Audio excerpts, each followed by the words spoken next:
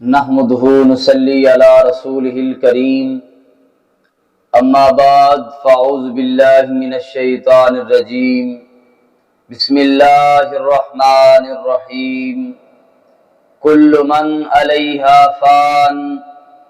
آمنت بالله صدق الله ومولانا العظيم الصلاة والسلام عليك يا سيدي يا رسول الله وعلى آلك واصحابك یا سیدی یا حبیب اللہ۔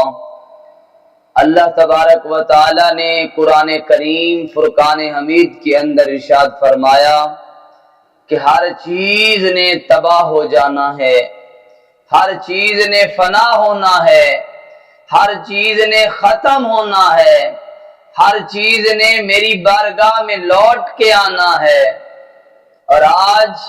جس موضوع کو آپ احباب کے سامنے رکھنے کا موقع مل رہا ہے وہ یہ ہے کہ مردے کن لوگوں کے لیے بد دعائیں کرتے ہیں، مردے کن لوگوں پر روتے ہیں، کن لوگوں کو کوستے ہیں، کن لوگوں کو برا بھلا کہتے ہیں، گالیاں دیتے ہیں۔ وہ تین کون سے لوگ ہیں جن کو مردے بھی بد دعائیں دیتے ہیں؟ تو آؤ احباب ذی وقار، ہر شخص نے جانا ہے جب بندہ مر جاتا ہے اور مردہ جب لوگوں کے سامنے پڑا ہوتا ہے تو جب اس پر تین ایسے لوگ آئیں تو ان کے لیے مردہ بد دعائیں کرتا ہے، ان کو گالیاں دیتا ہے، انہیں کہتا ہے کہ نکل جاؤ، دفع ہو جاؤ یہاں سے۔ تو وہ کون سے تین لوگ ہیں جنہیں مردے گالیاں دیتے ہیں؟ احباب ذی وقار، پہلا وہ شخص ہے جو شراب پیتا ہو، جو شرابی ہو۔ آپ اپنے ماحول کے اندر ایسے افراد سے ملیں جن کے بچے شراب پیتے ہوں، ایسے باپ سے ملیں جن کا بیٹا شراب پیتا ہو، ایسی ماں سے ملیں جن کا بیٹا شراب پیتا ہو۔ ان کی کیا زندگی ہے، لوگ بھی تانے دیتے ہیں۔ ایسی عورت سے ملو جن کا شوہر شراب پیتا ہے اور جن کے والدین شراب پیتے ہوں، ان لوگوں کی کیا زندگی ہے، ان بچوں کی کیا زندگی ہے۔ وہ بچے یتیموں کی طرح زندگی گزار رہے ہوتے ہیں، مانگ کے کپڑے پہن رہے ہوتے ہیں، مانگ کے جوتے پہن رہے ہوتے ہیں۔ اس اولاد سے ذرا جا کے پوچھئے نا جن کے والدین شرابی ہوں، جن کے والدین نشہ کرتے ہوں، تو ان کی کیا زندگی گزرتی ہوگی۔ اور اس معاشرے کے اندر انہیں ذلیل و رسوا کیا جاتا ہے۔ جو شراب پیے اس کا بائیکاٹ کر دیا جاتا ہے، اس کو زمانہ حقارت کی نظروں سے دیکھتا ہے۔ اور جب وہی شرابی قبرستان کے اندر پہنچتا ہے تو مردے اسے دیکھ کر یہ کہتے ہیں کہ دفع ہو جا یہاں سے، نکل جا یہاں سے، دفع ہو جا یہاں سے، کہ تیرے منہ کی بو نے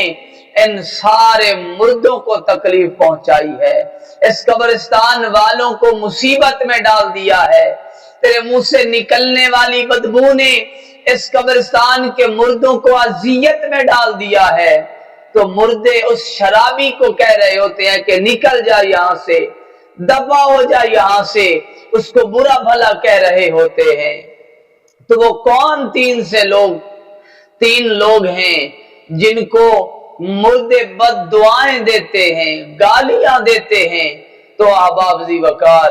پہلا شرابی ہے، شراب پینے والے کو مردے بد دعائیں دیتے ہیں، کہتے ہیں کہ دفع ہو جا یہاں سے۔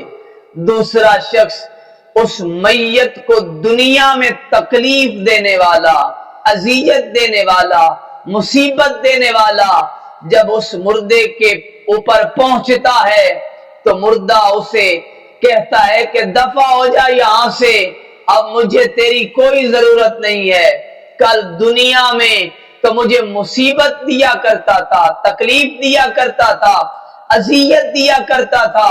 اب میں مر گیا ہوں، میرے جسم سے روح نکل گئی ہے، میں کچھ کر نہیں سکتا، ہل نہیں سکتا، تو اب مجھے سفید لٹھے کا کفن پہنانے آ گیا ہے، اب میری میت پہ مٹی ڈالنے کے لیے آ گیا ہے، اب اپنے آپ کی محبت میرے اوپر جتانے کے لیے آ گیا ہے، تو میاں اس بندے کے لیے بد دعائیں کرتا ہے۔ تو احباب ذی وقار ایک فقیر آدمی تھا، نہایت ہی غریب تھا، بادشاہ کے دربار میں پہنچا اور بادشاہ سے کہتا ہے، اے بادشاہ سلامت، اگر میں ابھی اور اسی وقت تیرے دروازے پہ مر جاؤں تو کیا کرے گا،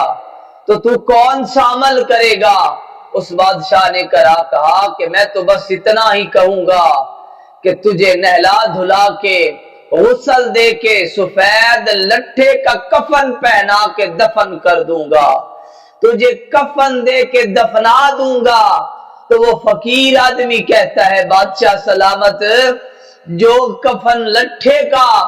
تو نے مجھے مرنے کے بعد دینا ہے،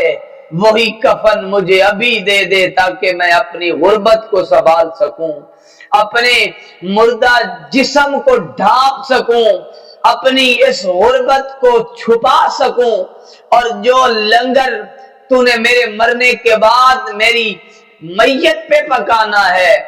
وہ لنگر مجھے ابھی دے دے تاکہ میں اپنے بچوں کو کھانا کھلا سکوں۔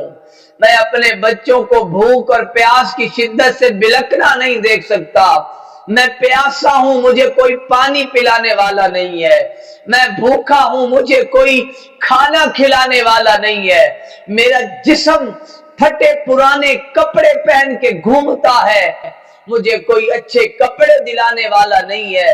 میری عزت نفس کو لوگ کچلتے تو ہیں پر میری عزت نفس کو کوئی سنبھالنے والا نہیں ہے۔ اے بادشاہ سلامت، جو کپڑے تو نے مجھے مرنے کے بعد دینے ہیں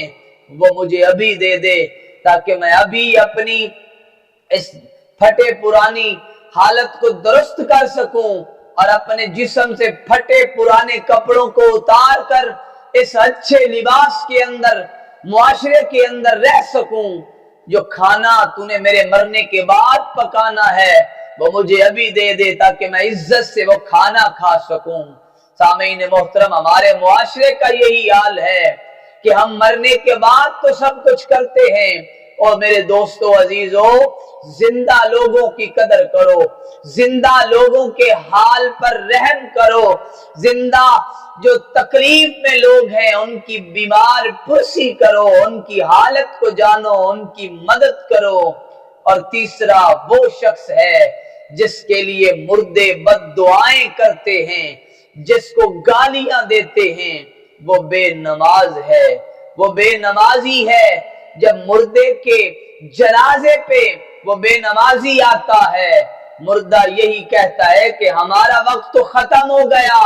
ہم نے اپنی زندگی جیسے تیسے گزار لی، اب تیرے پاس وقت ہے، آجا رب کی بارگاہ کے اندر، اپنے رب سے معافی مانگ لے، اپنے رب سے بخشش مانگ لے، اپنے رب کی بارگاہ میں سجدے کر لے۔ ایک سجدہ جسے تو گرا سمجھتا ہے، 1000 سجدوں سے دیتا ہے آدمی کو نجات۔ میرے عزیزوں، میرے دوستوں، وہ مردے چلا چلا کے کہہ رہے ہوتے ہیں، تیرے پاس نعمتیں ہیں، تیرے پاس جوانی ہے، تیرے پاس سب کچھ ہے، جھک جا رب کی بارگاہ میں، وہ غفور الرحیم ہے، وہ معاف کرنے والا ہے، وہ خطاؤں کو بخشنے والا ہے، وہ رحم کرنے والا ہے۔ اپنے رب سے معافی مانگ لے، اپنے رب سے بخشش مانگ لے، کہیں ایسا نہ ہو کہ جب تو قبر میں پہنچے تو شرابی کی طرح کیڑے مکوڑے تیرا انتظار کریں، وہ قبر تجھے ایسے دبا دے کہ تیریاں دائیں سائیڈ کی پسلیاں بائیں سائیڈ کی پسلیوں میں چپک جائیں، پھنس جائیں۔ آج وقت ہے کہ سنبھل جا اور اپنے رب کو راضی کر لے۔ تیسرا بے نماز ہے جس کو مردے گالیاں دیتے ہیں۔ اللہ کی بارگاہ میں دعا ہے کہ اللہ ان برے کاموں سے بچنے کی توفیق نصیب فرمائے، کیونکہ ہر شخص نے مرنا ہے، مرنے سے پہلے ایسا کام کر جائیں کہ اللہ اور اس کا رسول راضی ہو جائے۔ ایک دن میں گھر سے نکلا، میرے دل میں کچھ ارمان تھے، ایک طرف تھی سبز جھاڑیاں، ایک طرف ٹوٹے قبرستان تھے، میرے پاؤں کے نیچے کچھ ہڈیاں آئیں، ان ہڈیوں کے یہ بیان تھے، اے چلنے والے ذرا صبر کے چل، ہم بھی کبھی انسان تھے۔ اللہ پاک ہم سب کو عمل کی توفیق عطا فرمائے۔ وآخر دعوانا الحمدللہ رب العالمین۔